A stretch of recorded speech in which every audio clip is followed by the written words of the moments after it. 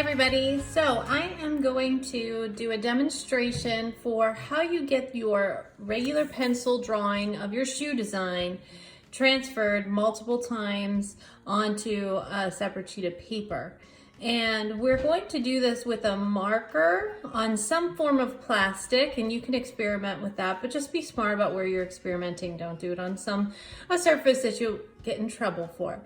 But I'm going to show you two different techniques that you can do, and you can come out with two different types of blotted lines.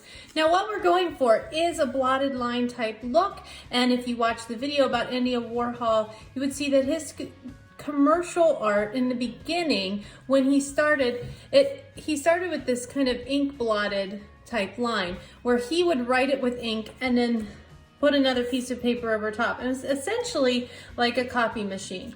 Now, you will have shoes going in different directions, so you're going to want to pay attention to what you like better. When I have a shoe facing backwards, it kind of, I don't know, I feel like this looks backwards to me, but this one looks right.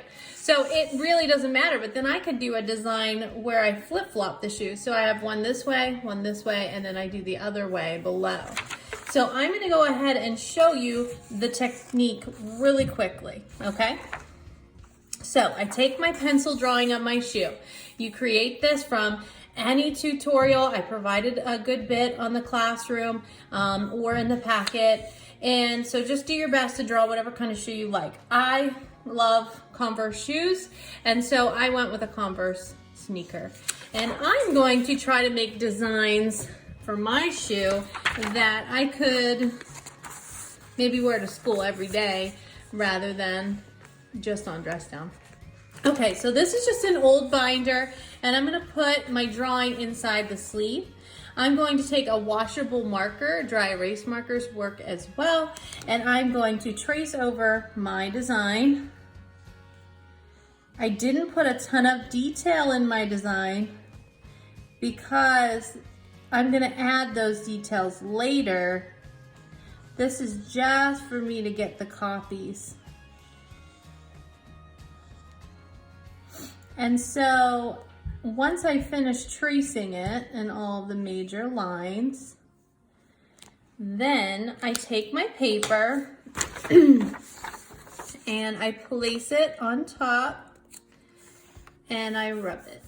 And what the paper's gonna do is pick up the ink. And then I lift it up and it's printed. Now, the other technique that I have is placing it in a Ziploc bag. So I could take this one here out, but I'm gonna do the opposite direction. So to get my shoe going in the opposite direction, I'm gonna use one of my practice prints and I'm gonna put it in a Ziploc bag.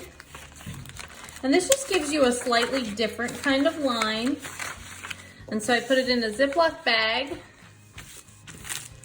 and trace the lines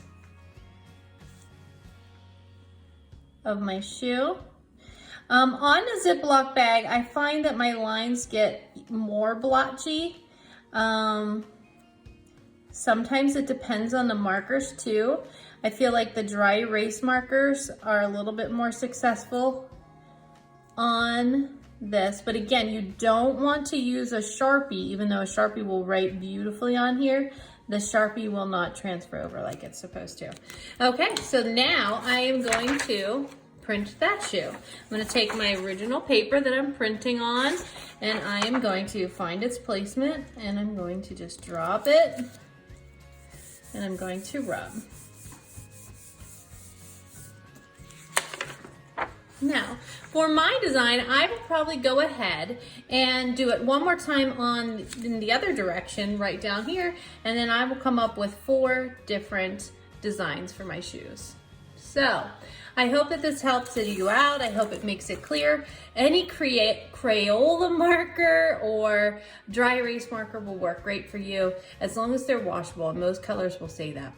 You don't want to use a permanent marker. And then you can just take a wet paper towel, you can wipe off. So I hope you guys are taking advantage of your time off and staying home and staying safe. And I hope to see you guys soon.